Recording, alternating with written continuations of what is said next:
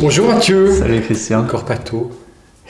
Voilà, on va se pencher sur un personnage que tu aimes beaucoup, car tu n'es pas venu seul. Tu es venu avec Emma. Emma au jardin, ton deuxième recueil de poésie, après Sucre, publié en 2020 aux éditions de l'Air. Et cette Emma au jardin m'intéresse beaucoup, évidemment, comme elle a mobilisé certaines forces poétiques chez toi. Mais j'aimerais que tu te présentes un peu, le poète à la casquette, dira-t-on.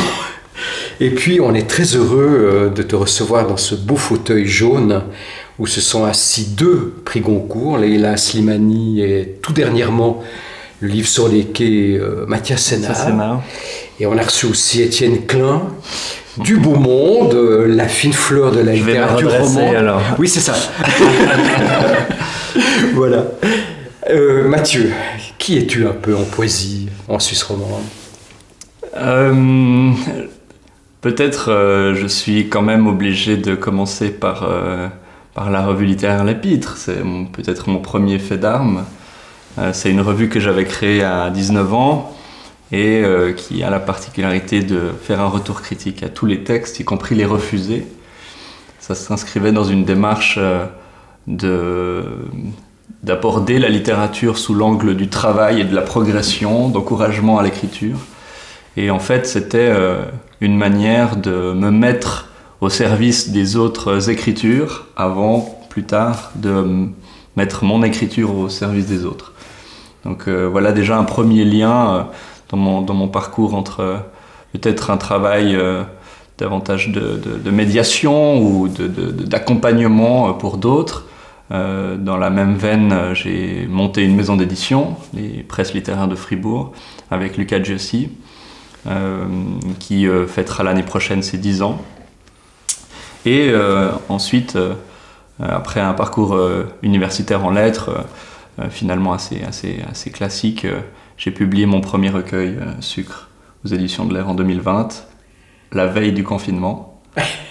Mathieu, on va s'arrêter sur ce premier recueil, Sucre. On ne va pas sucrer les sucres que tu as aménagés en 42 poèmes, je crois. Moi, j'y ai vu tes exercices de style, c'est-à-dire ton entrée en poésie, bien que depuis quelques années, je pense que tu pratiquais la poésie et l'écriture. 42 poèmes très divers, une multiplicité, comme un florilège, autour de cette matière, en tout cas autour de ces grains, qu'ils soient grains de glucides, grains du désert, beaucoup d'images et de métaphores, beaucoup de voyages. Alors comment tu as agrégé tous ces grains de sucre? Avec un petit peu de recul, je dirais que Sucre apparaît d'une certaine manière comme un premier recueil programmatique de ce que j'ai envie de faire après dans l'écriture. Ce qui m'intéressait comme travail dans la langue de ce texte-là, c'était de tester ce qui dans la mémoire résiste. Du souvenir important à la banalité la plus crasse et de travailler sur une sorte de poétisation. On pourra revenir sur peut-être ce que j'entends par là, mais à la fois sur des événements qui pourraient sembler majeurs, mais aussi par exemple sur le souvenir presque idiot des lacets, des faits de ma prof à l'école primaire. Et il y avait vraiment un peu ce spectre là que j'avais envie d'explorer et qui se déploie évidemment dans un spectre formel aussi. J'avais envie de tester plein de formes. C'est ce qui m'a semblé, justement. Et puis effectivement, il y a autant de versification très classique que de vers libres, que de poèmes visuels. Je conclus le recueil par un sonnet. Enfin voilà, je travaille diverses formes et j'ai surtout cherché des formes qui rendent au mieux l'idée initiale du poème. Avais-tu le besoin d'expérimenter plusieurs formes? Le sonnet, qui est quand même la forme un peu cardinale, en tout cas du 19e siècle, l'alexandrin, la forme libre, forme visuelle, donc les calligrammes, et tu es très attentif à ça parce que je crois que tu poursuis, Mathieu, une thèse autour de cette poésie ou typographie visuelle. Absolument. Et on a les calligrammes d'Apollinaire en tête, ou bien d'autres expérimentations. Est-ce que c'est pour toi une manière de te dire, voilà, j'expérimente encore une fois ces formes-là, puis après je pourrais plus librement choisir celle qui me convient, ou bien je vais toutes les garder finalement? En tout cas, c'est une probable volonté de n'en nier aucune. Que ce n'est pas un genre formel ou une structure formelle qui est supérieure et qui donne la qualité ou la validité d'un poème. Et qu'il peut, j'espère que c'est ce qu'on ressent un peu dans Sucre, y déceler un jeu poétique, une qualité poétique, quelle que soit la forme, et que c'est plutôt la forme qui doit se contraindre et s'adapter au poème, et non le poème qui se contraint dans une forme. Maintenant, il y a l'idée aussi de travailler quelque chose de très organisé dans la langue, parce que, et peut-être notamment la versification est un outil de cette nature-là, c'est une manière pour moi de tenter d'organiser aussi le monde dans son chaos le plus total. Le monde est incompréhensible et absurde et douloureux et à la fois merveilleux. Et en fait, ce chaos absolu, moi j'essaye et j'espère l'appréhender en l'organisant dans la langue, quelque chose de cet ordre-là.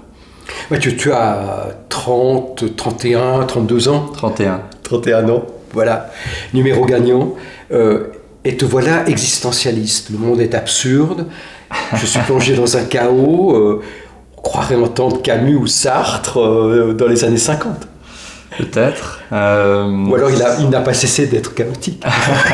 Non, ce ne sont pas du tout des références que je rejetterais, au contraire.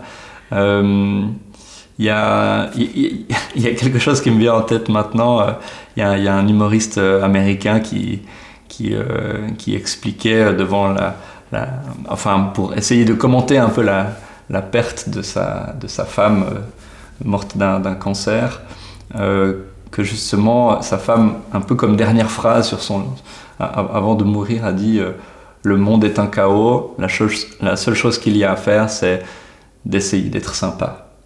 Et du coup, c'est quelque chose que j'aime bien, c'est être gentil, être sympa, être bienveillant, oui. Être peut-être un peu au service des autres. Et puis, évidemment, on est peut-être plus efficace pour les autres quand on a soi-même une pensée organisée, quelque chose de cet ordre-là.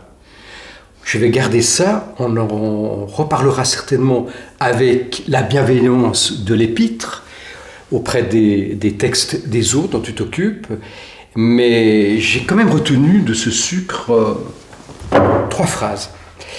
Je suis d'une génération taillée au tri, à l'ellipse, à l'abrégé. Et quelques phrases plus loin, tu dis « Tandis que je m'efforce d'évacuer l'inutile ». Alors j'ai envie de te demander, Mathieu Corpato, qu'est-ce que c'est l'utile en poésie? C'est une question qui me travaille, voire me tracasse beaucoup. Je mène d'ailleurs une performance qu'on a déjà jouée à quelques reprises et qu'on va encore jouer plusieurs fois avec mes collègues Valentin Collier et Stéphano Christen. Qui s'appelle Zone. Qui s'appelle Zone A, 3 petits points. Voilà, et qui a été notamment représenté le 26 novembre à Genève dans le cadre de la Fureur de l'île. Exactement, c'est ça, voilà. Et dans lequel apparaît notamment toute une série de poèmes qui s'appellent Poèmes inutiles. Donc la question de l'inutilité ou de l'utilité de la poésie m'intéresse. Ouais. Je dirais pas qu'elle m'obsède, mais en tout cas elle m'intéresse très fortement. La poésie a été taxée d'inutilité et elle a été reléguée avec cette raison-là, pour ce motif-là. Et en même temps, on le voit bien, peut-être encore aujourd'hui en Russie, où des poètes sont emprisonnés parce qu'ils écrivent de la poésie. Et donc là, évidemment, il y a un paradoxe, une ambivalence gigantesque autour de cette question. En tout cas, pour moi, peut-être, dans le cadre de Sucre, c'est aussi le cas dans ce deuxième recueil de Emma au jardin, j'essaye de résoudre cette chose-là.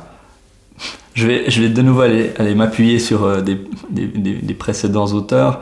Je crois que c'est Louis Jouvet qui disait par rapport au théâtre que le théâtre, il n'y a rien de plus inutile que le théâtre, donc rien de plus nécessaire. Et donc la nécessité de l'inutilité, c'est une idée qui me plaît beaucoup. Singulièrement dans notre société productiviste, Absolument. où tout doit être utilitaire. Donc Absolument. évidemment, la poésie est l'écho de cet utilitaire productiviste qui détruit le monde d'ailleurs. Absolument, ça s'inscrit totalement en porte-à-faux aussi d'une société ultralibérale capitaliste. Ça, je ne m'en cache absolument pas. Alors cette inutilité, tu la revendiques et pourtant tu nous dis, voilà, je m'efforce d'évacuer l'inutile. Ça c'est plutôt, je pense, chez toi, une préoccupation formelle. Élaguer le vers, en retenir que le mot est la musique la plus nécessaire, ne pas bavarder en poésie. Tu es quelqu'un d'elliptique. Est-ce que ça te conviendrait de dire Mathieu Corpato est un poète elliptique? Peut-être plus encore qu'elliptique, j'espère atteindre plutôt une certaine densité. C'est plutôt la densité qui m'intéresse, c'est plutôt dire beaucoup en peu de mots. La litote, par exemple. Oui. Ce qui en prenant le contrepoint, un des dangers pour moi de la poésie, c'est de dire très peu avec des grandes phrases et des grands mots. Et ça, c'est quelque chose que justement j'essaie d'éviter, j'essaie de slalomer dans cette poésie qui se veut poétique et qui en fait tourne à vide. Alors le vide, par bonheur, on ne le rencontre pas chez toi. Et je disais, tu n'es pas venu tout seul, tu es venu avec Emma au jardin. On va évoquer maintenant cet épatant deuxième recueil. Je dis deuxième parce qu'il y en aura d'autres. C'est pas le second. Non. Emma au jardin, publié aux éditions Empreinte, excellente maison d'édition. Un vers mousse très, vraiment très accueillant. Mais qui est Emma? Emma est un personnage, c'est un avatar, donc une fiction inspirée très largement de ma grand-maman, qui s'appelle Irma et non pas Emma. Tout se joue dans ce décalage-là. Et justement, un bon nombre des poèmes d'Emma au jardin sont certes inspirés de ma grand-maman, d'expériences que j'ai pu faire à ses côtés, dans sa parole, et des choses de cet ordre-là. Et un bon nombre aussi sont tout à fait de l'ordre de l'invention, ou alors plutôt plus précisément d'expériences que j'ai pu avoir avec d'autres personnes. Néanmoins, toujours quand même inscrit dans cette génération-là, la génération de ma grand-maman, qui a vécu les 30 Glorieuses et qui arrive aujourd'hui avec une vision du monde très perturbée devant le chaos du monde, et qui tente d'organiser comme elle peut à la fois son jardin, mais aussi sa pensée, et peut-être pour avoir au moins un endroit où elle garde le contrôle. Alors Emma, dis-tu, Mathieu, c'est un personnage de fiction. Néanmoins, il y a quelques échos, quelques indices, dirais-je plutôt, qui nous indiquent bien que c'est ta grand-mère à bien des égards. La grand-mère d'un trentenaire, c'est-à-dire le dialogue entre générations. Et puis Emma et son jardin, c'est nous plonger, je crois qu'il y a 86 poèmes, qui ont aussi des formes différentes. Tu as des alexandrins, tu as des formes beaucoup plus libres, tu as parfois simplement deux vers. Là aussi, tu expérimentes, mais d'une façon très très cohérente, un univers qui est ce jardin. Et ce jardin, elle le conçoit, Emma, et toi avec elle, puisque c'est toi qui écris, comme un État. Elle est la chef d'un État qui s'appellerait ce jardin. Ce jardin un peu extraordinaire, je suis très net. Et j'aimerais que tu nous plonges un peu dans ce jardin, parce que c'est là qu'il s'y passe des choses extrêmement petites, toutes menues et à la fois immenses, notamment dans le souvenir et la mémoire. Il y a deux choses absolument justes que tu mentionnes. La première, c'est ma présence, mais tout à fait en creux, ou en tout cas la présence d'un jeu qui n'apparaît en réalité uniquement dans le dernier poème. Il n'y a comme pas si tu la regardais à travers les grilles du jardin. Mm-hmm. Oui. Et puis la deuxième chose, c'est qu'effectivement Emma a une tentative d'organisation de son jardin, un peu à la manière d'un État, dans le sens où elle va arracher les herbes rebelles, elle va sectoriser son jardin, elle va le planifier, et effectivement il y a comme ça une gestion presque diplomatique, mais probablement pas tout à fait consciente ou pas totalement conscientisée de ce jardin, mais qui est tout à fait un espace organisé, ça c'est certain.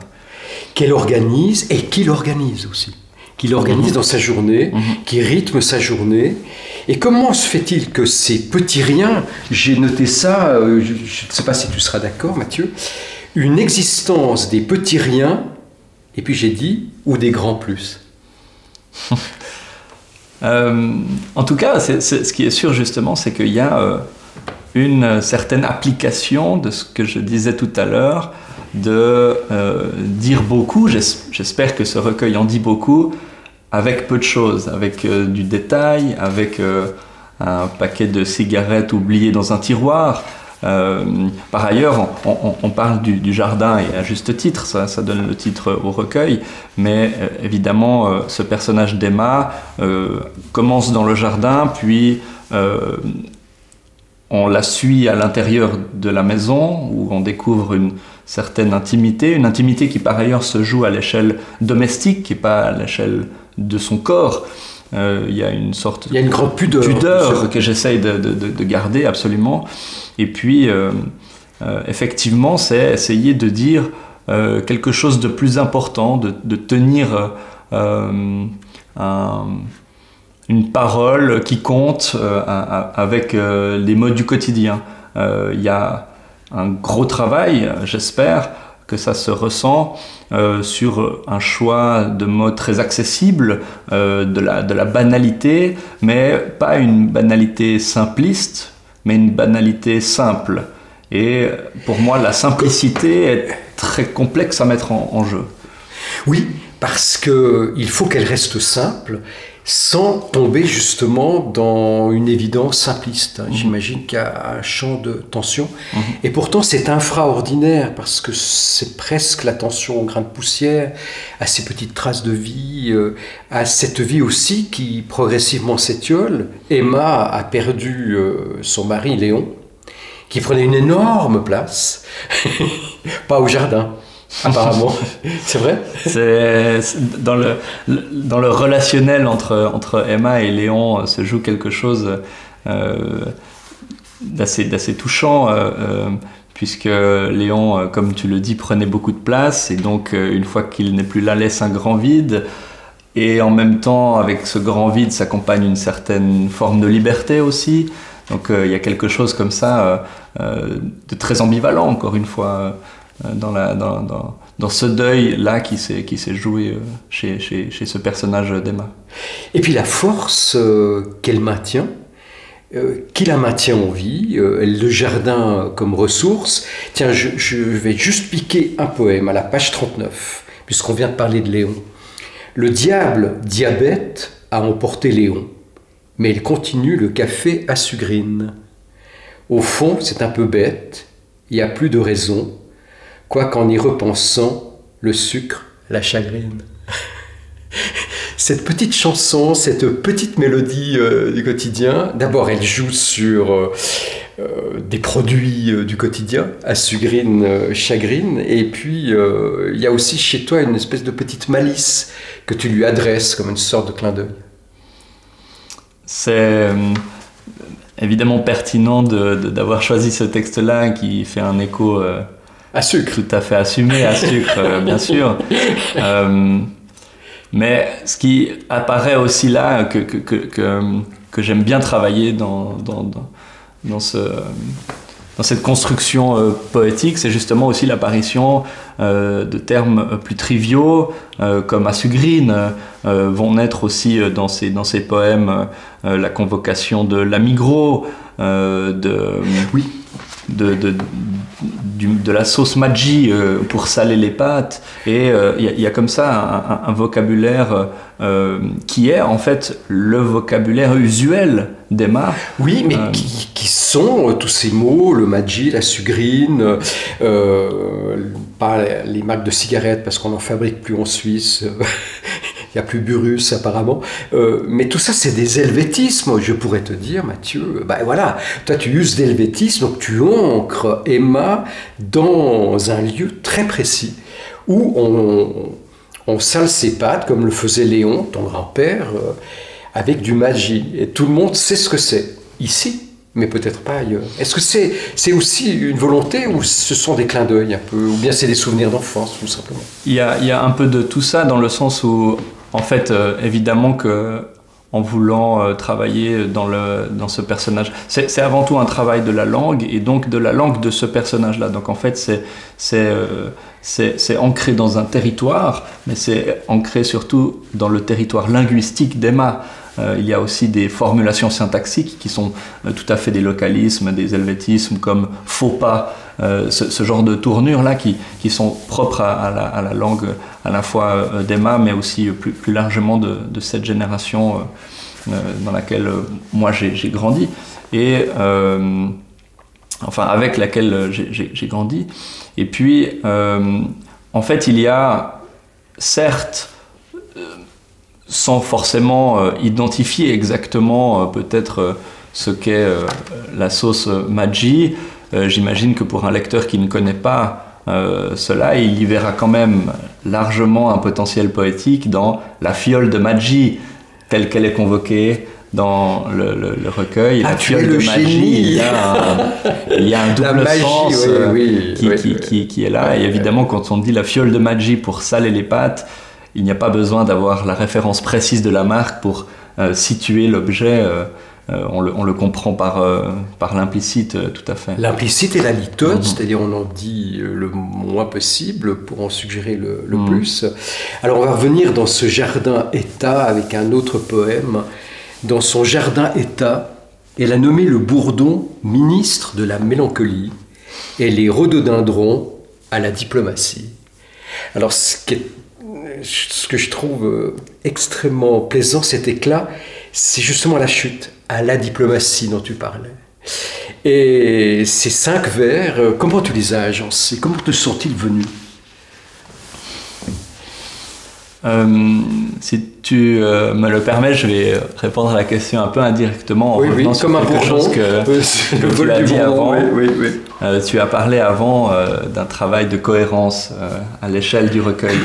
Et c'est quelque chose qui est très très important pour moi, de ne pas simplement faire un amas de poèmes, mais vraiment de construire un recueil, de construire une continuité. Je travaille beaucoup sur les jeux d'écho, de motifs qui perdurent d'une page à l'autre, de réponses d'un poème à un autre. Je travaille beaucoup sur cette construction macro, autant que je travaille sur la construction micro à l'échelle du mot et du son. Donc en fait, tu conçois ce recueil, Emma au jardin, comme un archipel, et de toutes petites îles, d'autres territoires un tout petit peu plus grands, et qu'il faudra de toute façon les relier ensemble pour former la grande île qui est elle. Il y a peut-être la possibilité, comme tu viens de le faire, de prendre goût à extirper 1 ou 2 poèmes. Il y a aussi tout à fait la possibilité de le lire d'une traite, peut-être non pas comme une narration, en tout cas pas une narration dans dans son sens de fil déroulé, mais peut-être une sorte de construction narrative par morceaux, comme un puzzle, peut-être quelque chose de cet ordre-là qui se construit. Oui, c'est comme ça que je l'ai lu d'ailleurs, puisque je l'ai lu d'une traite, et chaque poème nous aménage des petites marches. Donc c'est une marche d'un escalier qui nous conduit dans le jardin état d'Emma. Donc chaque poème est une gradation. Et donc, pour répondre maintenant à la question que tu posais tout à l'heure, effectivement, ce jeu-là du bourdon à la mélancolie, comme si c'était un ministère en soi, et puis le rhododendron à la diplomatie, c'est aussi une manière de répondre à d'autres poèmes dans le recueil, où au début, par exemple, il y a des statues d'anges en pierre qui apparaissent dans le jardin, qui sont enchaînées. Et c'est quelque chose qui m'a toujours très amusé. Et là, pour le coup, c'est un élément biographique, mais qui m'a beaucoup amusé, c'est que ces anges de pierre, ces statues, sont enchaînées pour éviter qu'on les vole. Et évidemment, pour empêcher l'ange de pierre d'effectuer un vol ou de subir un vol, toute l'ambiguïté était là, et ça m'amusait beaucoup. Tu veux nous le lire ? Alors, dans le jardin état, les anges de pierre sont enchaînés, on craint un vol. Et donc voilà, il y a des échos comme ça. C'est presque du Wim Wenders. J'accepte aussi cette référence. Oui. Elle m'honore. Oui. Alors, la question que je vais te poser, on lira ce recueil d'une traite ou par petites étapes, le lecteur, la lectrice choisira. Aux éditions Empreinte, Emma au jardin, je me suis demandé si le bonheur est dans le pré, au jardin, ou est-ce qu'il est tout près de l'enfance ? Parce que les éléments autobiographiques sont extrêmement chantants dans Emma au jardin. Il est où ce bonheur ? Perdu peut-être. C'est une question assez difficile en réalité, plus difficile qu'elle ne paraît.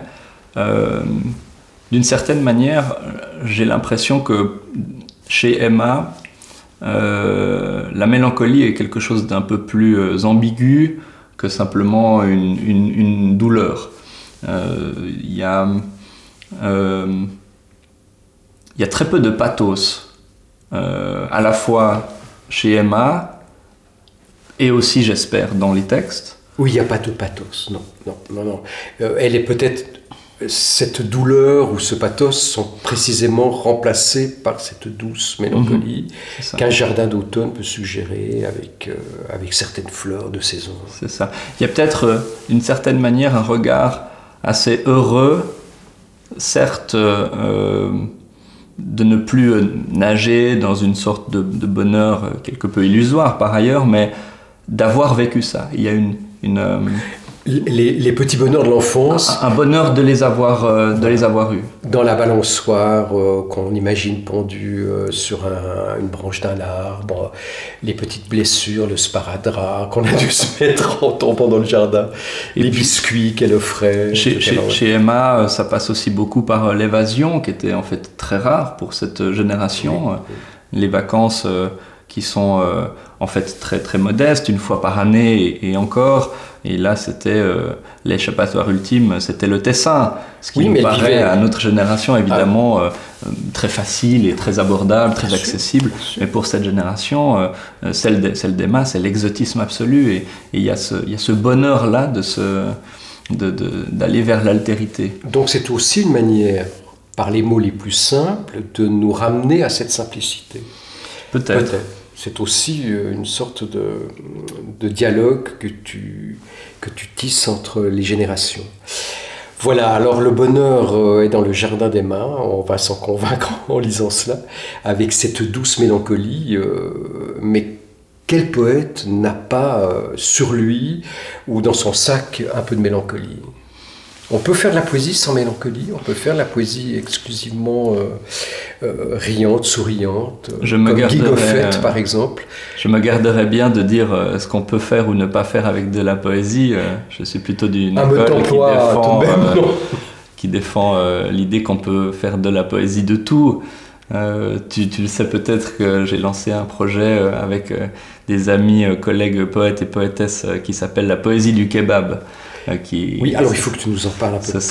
Ce sont des ateliers d'écriture dans les écoles de secondaire où on va écrire de la poésie avec des adolescents, mais en partant de leur lexique et de leur vocabulaire.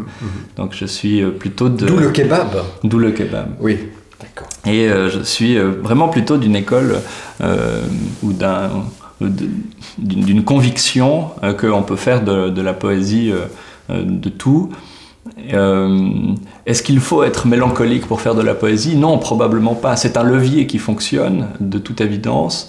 C'est un levier qui est inévitable chez Emma. Vu son âge et son vieillissement. Oui. J'ai écrit un certain nombre de poèmes ou de textes, j'écris aussi pour le théâtre, en dehors de Sucre et de Emma au jardin, où la mélancolie n'apparaît pas spécialement.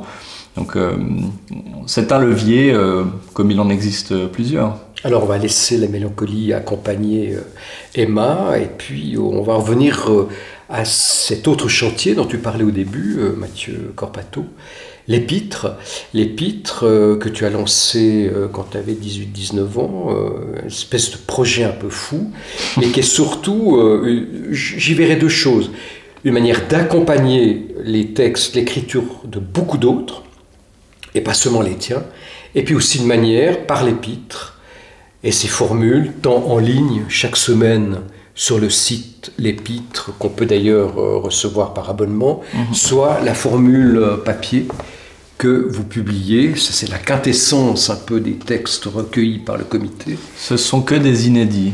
Il n'y a aucun texte du livre qui est aussi publié sur le site. Donc une fois par année, on a donc la version papier. C'est une manière aussi de déconstruire une idée de la littérature. Quand je l'ai créé à 19 ans, je pense pas que ma pensée était suffisamment complète pour que je puisse aujourd'hui prétentieusement assumer que j'avais tout prévu. Je pense pas.